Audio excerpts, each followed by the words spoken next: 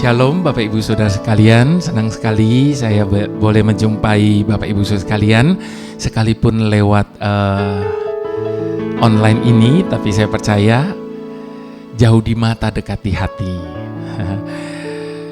Mungkin hari-hari ini belum bisa seaktif dulu, saya bisa keliling dari negara-negara, desa-desa, kota-kota dan sebagainya, tetapi lewat online ini kita tetap masih bisa bertatap muka, kita masih bisa sharing satu dengan yang lain, dan kita bisa tetap menikmati berkat Tuhan. Nah, Bapak Ibu Saudara, pada konten saya kali ini di dalam Indah Bersamamu dari YouTube channel saya mau berbicara tentang rasa aman, rasa tenang, Bapak Ibu Saudara. Saya sering kali memperhatikan kalau anak kecil, Bapak Ibu Saudara, misalnya kita sedang berjalan bersama dengan dia, lalu tiba-tiba di depan dia ada sesuatu yang begitu menakutkan dia, lalu apa yang dia akan lakukan? Dia akan berlari ke belakang kita, lalu kemudian dia akan bersembunyi di belakang kita, memohon perlindungan dan pertolongan dan keamanan. Nah, itu juga yang terjadi, Bapak Ibu Saudara, di saat kita berada di belakang Tuhan, maka mara bahaya sedahsyat apapun dalam hidup ini tidak akan pernah meremukkan kita. Masalah persoalan sebesar apapun dalam hidup ini tidak akan mampu menghancurkan kita. Sebab ada Tuhan di depan kita yang akan berperang gantikan kita, menghadapi dan menyelesaikan segala-galanya bagi setiap kita yang percaya. Itu sebabnya Bapak Ibu Saudara, rasa tenang itu tidak kita dapati karena kondisi yang ada.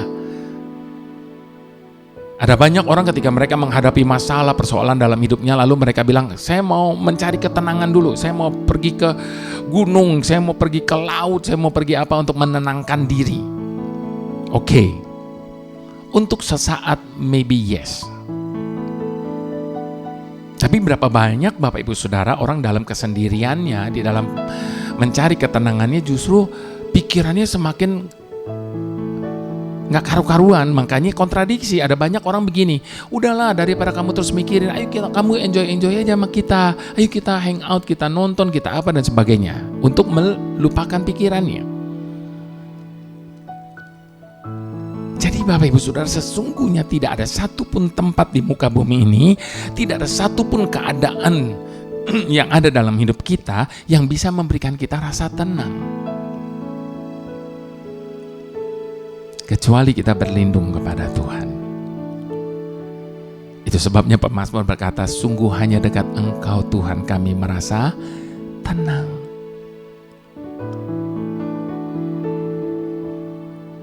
Ketika Tuhan menjadi perisai yang ada di depan kita, maka serangan apapun yang mau menembus kita tidak akan pernah mampu mengenai kita.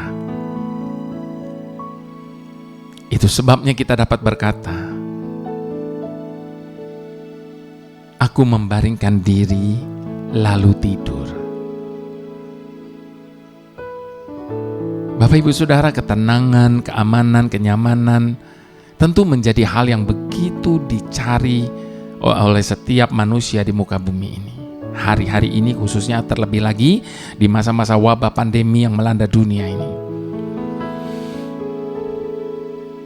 Kita sangat berduka dan turut simpati setiap kali kita melihat berita di televisi maupun di media sosial bagaimana saudara-saudara kita di India mengalami begitu kepanikan yang luar biasa menghadapi wabah yang meluluhlantakkan kota ini.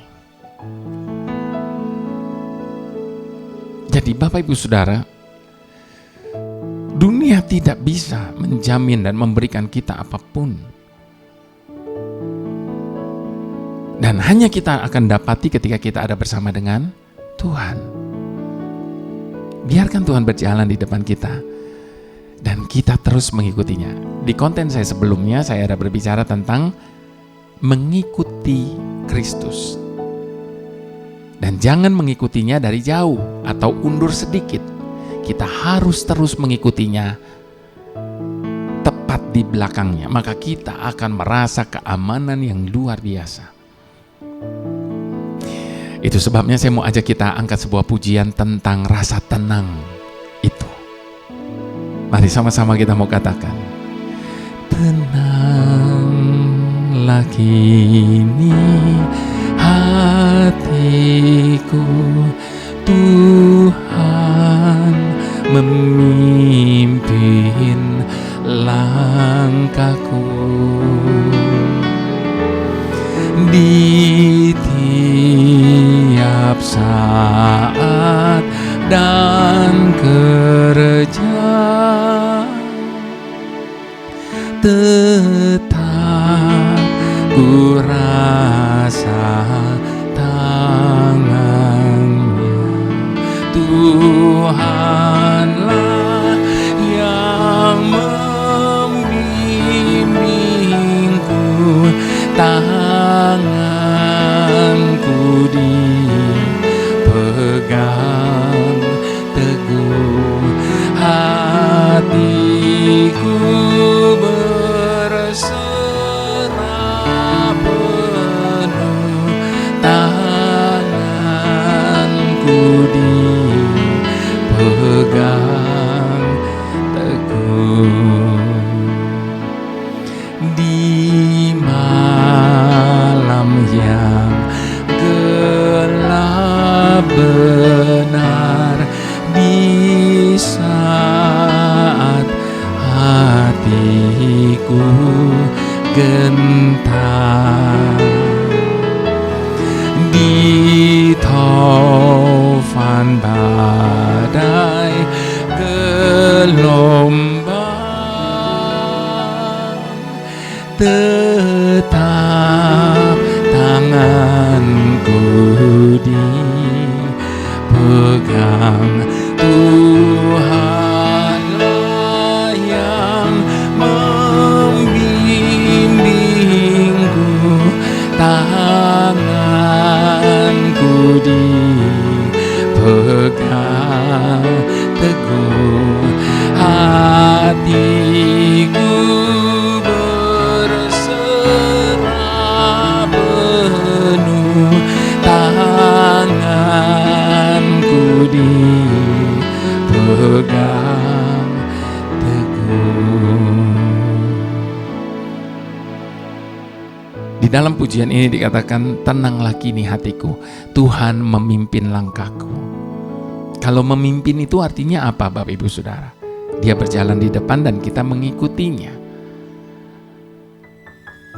Dia adalah pemimpin hidup kita. Dia yang mengatur setiap langkah kita. Dia yang mengatur setiap arah jalan kita. Itu sebabnya biarlah dia memimpin kita di dalam segala aspek kehidupan kita. Baik di tiap saat, di dalam kerja, di dalam usaha, di dalam apapun yang kita kerjakan dalam hidup ini. Biarlah tangannya terus memegang kita. Sebab ketika kita menjadikan Tuhan sebagai pembimbing kita, maka tangan kita akan dipegang teguh dan kita tinggal mengikuti Dia.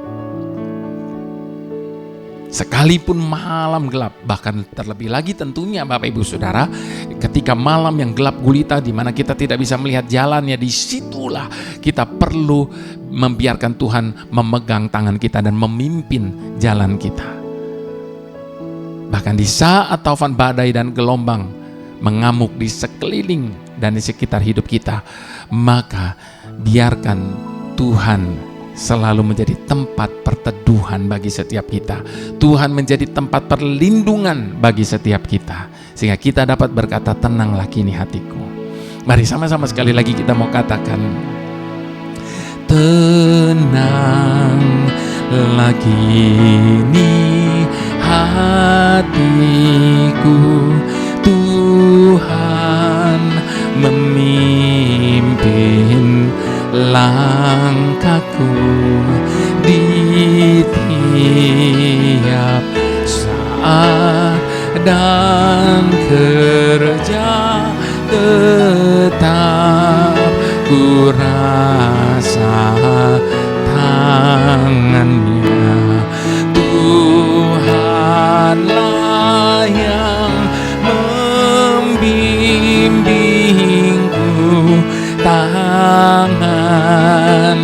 dipegang teguh, hatiku berserah penuh, tanganku dipegang teguh.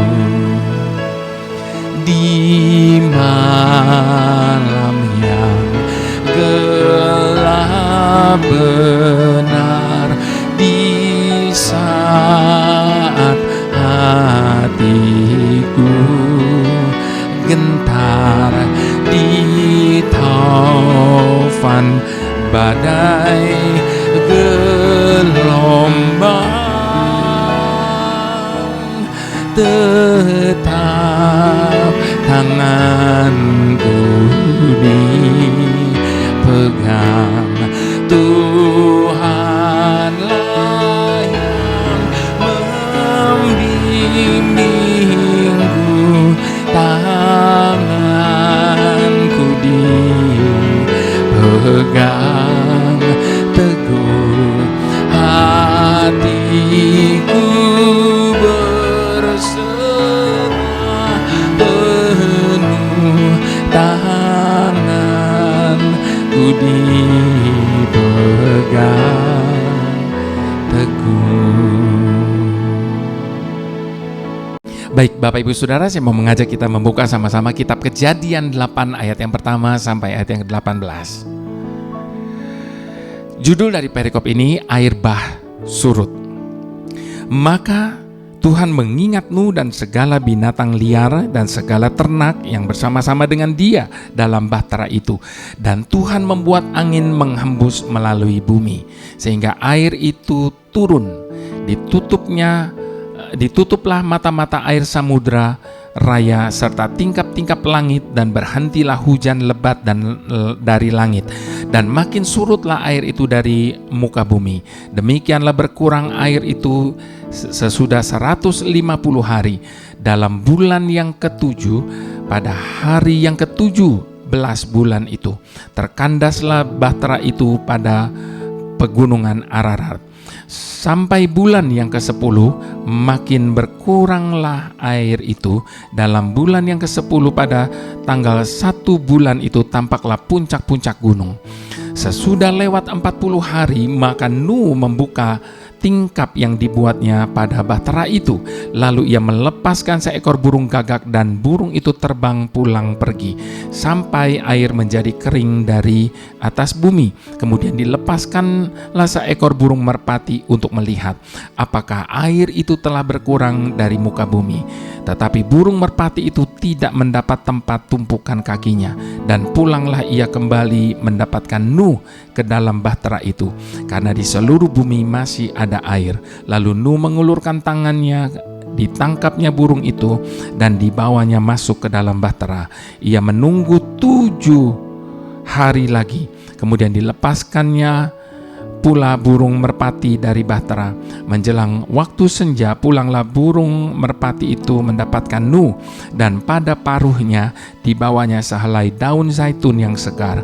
Dari situlah diketahui Nuh bahwa air itu telah berkurang dari atas bumi. Selanjutnya ditunggunya pula 7 hari lagi, kemudian dilepaskannya burung merpati itu, tetapi burung itu tidak pernah kembali lagi kepadanya.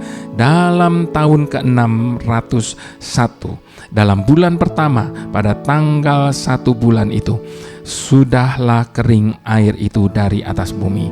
Kemudian Nuh membuka tutup bahtera itu dan melihat-lihat, ternyatalah maka bumi sudah menjadi kering.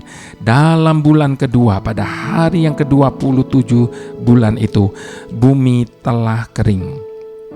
Lalu berfirmanlah Tuhan kepada Nuh, keluarlah dari bahtera itu, engkau bersama-sama dengan istrimu dan anak-anakmu dan istri anak-anakmu, segala binatang yang bersama-sama dengan engkau, segala yang hidup, burung-burung, hewan, dan segala binatang yang melata yang merayap di bumi, suruhlah keluar bersama-sama dengan engkau, supaya semuanya itu berkeriapan di bumi serta berkembang biak dan bertambah banyak di bumi. Ayat ke-18, lalu keluarlah Nuh bersama dengan anak-anaknya dan istrinya dan istri anak-anaknya dan seterusnya. Nah, Bapak Ibu Saudara, saya mau mengutip sekali lagi kitab Kejadian 18 ayat yang pertama. Tadi dikatakan apa? Maka Tuhan mengingat Nuh, garis bawahi, Tuhan mengingat Nuh dari segala binatang liar dan segala ternak yang bersama-sama dia di dalam bahtera itu, dan Tuhan membuat angin menghembus melalui bumi sehingga air itu turun. Bapak Ibu Saudara, pernahkah kita menyadari bahwa air bah pada zaman Nuh itu melingkupi bumi selama 5 bulan penuh? 5 bulan Bapak Ibu Saudara, hujan dan semuanya itu tidak berhenti dan membuat air bah melingkupi seluruh bumi. Betapa lamanya 5 bulan. Bayangkan mereka yang hidup di dalam bahtera selama 5 bulan tanpa keluar dari bahtera itu. Lalu bayangkan dengan kehidupan kita di masa kini, Bapak Ibu Saudara. Baru hujan sehari semalam saja sudah menimbulkan banjir dan banyak kesulitan. Apalagi jika sampai 5 bulan, Bapak Ibu Saudara. Maka kehidupan di dunia ini pasti binasa. Belum lagi kita. Bayangkan mereka yang berada di dalam bahtera. Sebab bukan hanya Nuh dan keluarganya yang ada di sana, tapi begitu banyak jenis-jenis binatang. Mereka pasti mengalami krisis, rindu akan tanah. Ingat Bapak Ibu Saudara, bahwa tidak semua jenis binatang yang ada di bahtera itu adalah binatang yang hidup di udara, yang bisa hinggap dimanapun. Tetapi tentunya banyak juga dari mereka berbagai jenis binatang yang adalah binatang melata, yang hidupnya bahkan mencari makannya dari tanah. Belum lagi Bapak Ibu Saudara, selama di dalam bahtera dan selama hujan turun, mereka tentu juga mengalami krisis rindu akan kehangatan sinar matahari. Sementara di dalam bahtera mereka hanya berada dalam kegelapan. Belum lagi saya membayangkan Bapak Ibu Saudara, bisa-bisanya binatang-binatang yang ada di dalam bahtera itu yang dikatakan berbagai jenis tidak menyerang satu dengan yang lain, Bapak Ibu Saudara. Tidak memangsa satu dengan yang lain. Padahal jelas firman Tuhan berkata di dalam bahtera itu bukan cuma binatang-binatang ternak, namun juga berbagai jenis binatang-binatang liar yang bisa saja mengamuk karena stres berbulan-bulan berada di dalam bahtera. Dalam situasi seperti itu, lega rasanya Bapak Ibu Saudara ketika kita membaca kalimat, maka Tuhan mengingat Nuh dan segala binatang liar dan segala binatang ternak yang bersama-sama dengan dia di dalam bahtera itu. Dan Tuhan membuat angin mengembus melalui bumi sehingga air itu turun. Bapak Ibu Saudara, disinilah kita melihat kebesaran Tuhan. Di saat dia menghukum, dia juga mengingat. Dia mengingat setiap makhluk yang akan menjadi cikal bakal permulaan kehidupan di dunia ini. Karena itu Tuhan mulai menyurutkan air bah dalam proses yang cukup panjang dan alami. Bukan serta-merta air itu surut, Bapak Ibu Saudara. Saya cut sebentar. Saya mau mengajukan sebuah pertanyaan. Jika Tuhan berkehendak, mampukah dia menyurutkan air bah itu dalam sekejap? Oh, jawabannya tentu lebih dari sanggup, Bapak Ibu Saudara. Sebab kalau kita membaca di kitab Kejadian 1 ayat ke-9 sampai 10, penciptaan darat dan laut saja terjadi dalam sekejap. Apalagi hanya untuk menyurutkannya. sebagian daripadanya. Di sini kita lihat Tuhan menghargai proses alam. Itu sebabnya Dia memakai angin bertiup, hujan berhenti, air makin surut selama 3 bulan. Sampai pada bulan yang ke-7 bahkan kandas di pegunungan.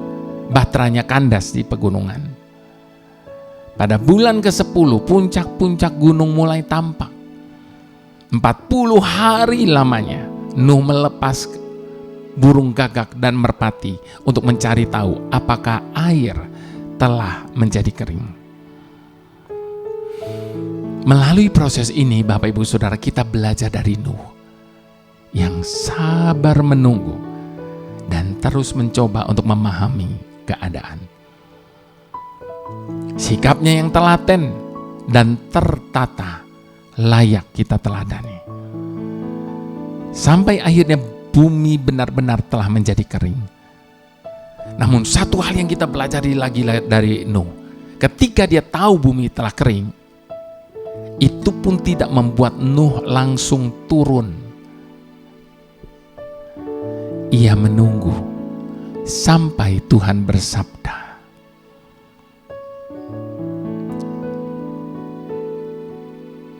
Seperti tertulis, keluarlah dari batra itu, engkau bersama-sama dengan istrimu, serta anak-anakmu dan istri anak-anakmu, segala binatang yang bersama-sama dengan engkau, dan seterusnya dan seterusnya. Setelah Tuhan bersabda, barulah ia keluar bersama keluarganya dan semua binatang-binatang yang ada di dalam batra itu. Mari kita mau belajar dari ketaatan Nuh mengelola hari-hari, membaca tanda-tanda zaman, dan terus berusaha sambil tetap berjalan di belakang Tuhan dan tidak pernah mendahuluinya. Nuh mempunyai alasan. Begitu dia tahu bahwa bumi telah kering, dengan cepat mereka langsung keluar karena mereka sudah terlalu lama di dalam batra itu. Mereka sudah rindu akan tanah. Tetapi dalam keadaan seperti itu, Nuh tetap sabar menunggu sabda Tuhan. Kalau Tuhan belum menyuruh, Nuh tidak akan melakukannya, sekalipun dia mempunyai kesempatan untuk itu, sekalipun dia mempunyai alasan untuk itu. Itu sebabnya Bapak Ibu Saudara, ikuti Tuhan dari belakang, jangan pernah mendahuluinya. Biarlah ini menjadi peringatan bagi setiap kita. Jangan pernah melangkah melebihi langkah Tuhan.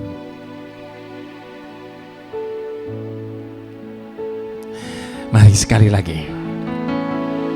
Dalam keadaan malam yang gelap, dalam keadaan badai yang bergelora, kita akan tetap merasa tenang ketika kita berjalan di belakang Tuhan dan menjadikan Tuhan sebagai perisai dalam hidup kita. Mari sama-sama kita mau katakan, tenanglah kini hatiku, Tuhan memimpin langkahku di tiap saat dan kerja, tetap ku rasa tangannya. Tuhanlah yang membimbingku, tanganku dipegang teguh, hatiku berserah penuh, tanganku dipegang teguh. Di malam yang gelap benar, di hatiku gentar di taufan badai gelombang, tetap tanganku dipegang. Tuhanlah yang membimbingku, tanganku dipegang teguh, hatiku berserah penuh, tanganku dipegang teguh, hatiku berserah penuh, tanganku dipegang teguh, hatiku berserah penuh, tanganku dipegang teguh.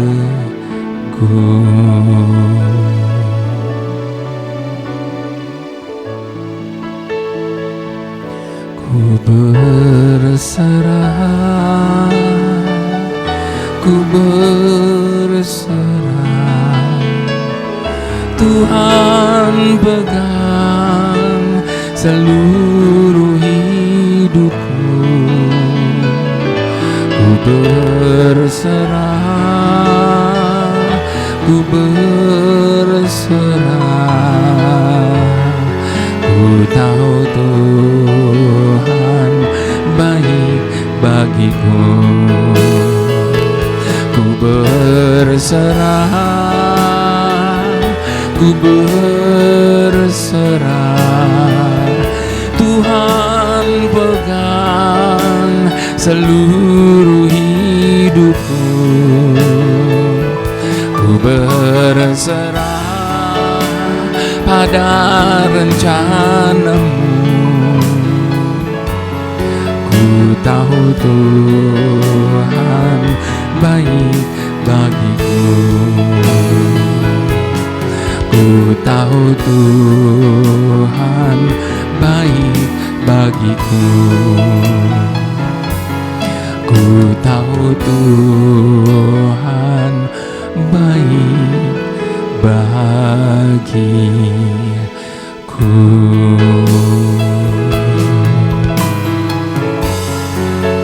Tak akan pernah berubah kebaikanmu, tak akan pernah berakhir setiamu dalam segala musim, dalam segala keadaan. Hanya Engkaulah Tuhan yang kami andalkan, yang kami ikuti.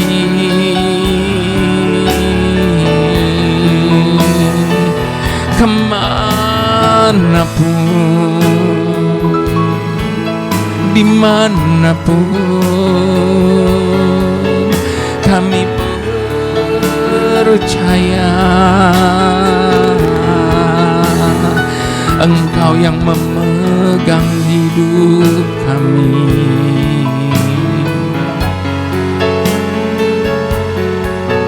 Mari Bapak Ibu Saudara percayakan seluruh hidup kita di dalam tangan-Nya. Sebab ketika Dia memegang hidup kita, maka tidak ada perlu sesuatu pun yang patut kita takutkan dan khawatirkan. Sebab Dia adalah perisai, Dia adalah penolong, Dia adalah pemimpin, Dan Dia adalah segalanya bagi setiap kita, yang mampu melakukan segala sesuatu, bahkan apa yang kita tidak pernah pikir, apa yang tidak pernah timbul dalam hati kita, itu yang sering kali Dia kerjakan bagi setiap kita yang selalu mengandalkan Dia, bagi setiap kita yang selalu berharap hanya kepadanya.